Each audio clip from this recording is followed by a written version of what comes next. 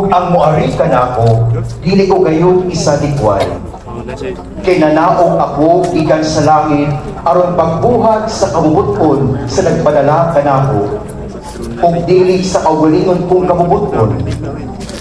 Kini mao ang kabubuton sa nagpadala kanako, nga dili ako kawat-an bisag usa sa tanan nga iyang ihatag kanako. Ug banhawon ko silang tanan sa katapusang adlaw.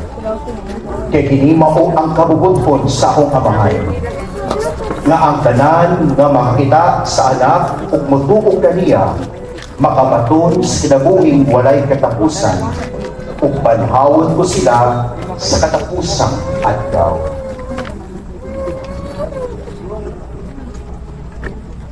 Ang Ebanghelyo sa Ginoo.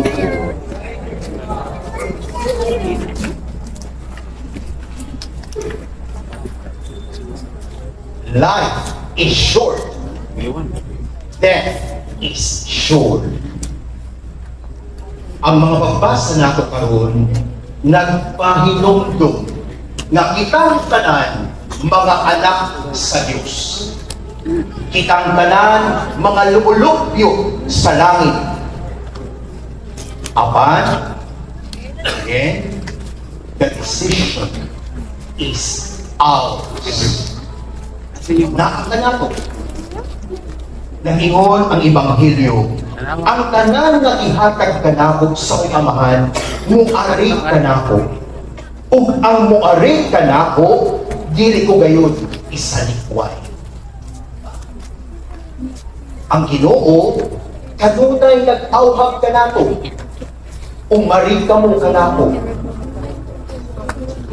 Pero kita po kisitan, ayaw, nagdirik-dirik, kontra gusto. Kaya ano, ang kabubuton sa Ginoo, kung atong kabubuton, wag man nagtakot. Kontradikt man usahay ang atong gusto sa Ginoo. Kaya nagingon si Solomon sa unang pagbasa, ang kalag sa mga matarong ng mga tao, panaligdan sa Diyos, ug dili gayud mag-antos. O ang kamatayon sa matarong, dili makalilisan kadakot. Dili makalilisan kadakot ang kamatayon. Kay ang kamatayon, mauka na siya ang entrance nga kita makikhimamat sa Diyos ug magpuyo kauban sa Diyos. Pero, again, may pero gihapon, makalilisan kadaot sa usa ka tao nga magpuyo naa sa sala. Kay dili man lagi katuan, imperno man. Hadlok ra ba tanong? O kanang nag-post og kanang Halloween. Ang Halloween, kuan, mga demonyo. Wag sila kasabot ko sa Halloween, ang pasabot. Hallow means holy. Pero ngano kay ang ginpost, demonyo man. O na. Hilig na sabtan. Mga Kristiyano man nga kita, mga Katoliko man kita, pero ang atong pagsabot, takhaw. Kulang ang atong pagsabot.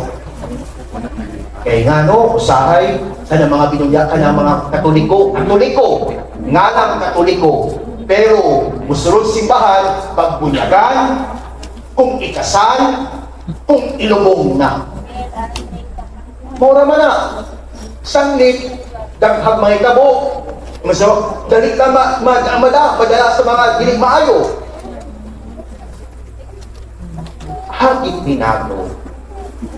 Kaya kita man talaga, sigurado man kita talaga mga matay magkantanan.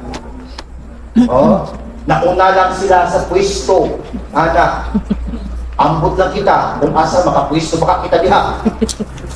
Tagibaw, nga malunod kita ito sa bahala na lumoy. Kaya sanglit nga samtang buhi pa kita, atong paningkamutan nga naa kita sa grasya sa Diyos. Kaya sigurado, life is short. Short na kinabuhi. Makaingon ka 60 years old, 70 years old, 40 years old, makaingon ka ba, mubog na siya. Kaya maniguro kita, samtang buhi pa kita, paniguruho nato na ang atong kamatayon dili makalilisang kadahon. Kung dili usa ka malipayon paghinagbo ngadto sa Dios. Subato ginas Ginoo, welcome. Ang mati ko kanina, Ferdinand. Uy, salamat, Mike Ferdinand. So, kung nahindot na naipangalan, eh kung kito si Ferdinand, na kung nasa langit ka, katong ginisahan na Ferdinand, na to apas purgatorio, at least man lang na-appeal. Kaya yung mga pangalan lang, ang correct mga pangalan, malungoy mga pangalan, was alphabet, wala sa alphabet, luoy. Kaya sanlit, ang mga pangalan dapat, ang pangalan sa mga santos. Ha? Hindi mga pangalan na wali-wali ito. Ha? Kaya kung naay pangalan yung na-mention din sa mga kalag, pasalamat, kaya nakakita yung sangay. Ha? Kaya, karoon, atong pamalandungan, ang kinabuhi sa tao, di nato matangkap. Kaya, maniguro, atong paningkamutan, nga naakitas gracias Ginoo. Para kung kita man, mutaliwan na sa libutan, ngayon ta, Lord, thank you. Oh, thank you. Ay, sa limang, ayaw mo na, Lord. Nagbibitin nga rin, ayaw mo na, Lord. Ayaw mo na. Because subconsciously, nakapagita yung mga ipampindi. Siguro, kaya itong ibigit nato, sala siguro na. Tawag ka na nato na acknowledge. Tawag ka nato na dawan, na kita ni ay at dunay sala. Kaya, pag-abot na sa Ginoo, na kita man, tama ko kita manlawat sa atong mga sayo. Tama ko kita manlawat sa atong mga sala. Para sugdan nato ang hinusol ang atong mga sala. Life is short. Death is sure. Nagato ako sa Diyos Amahan.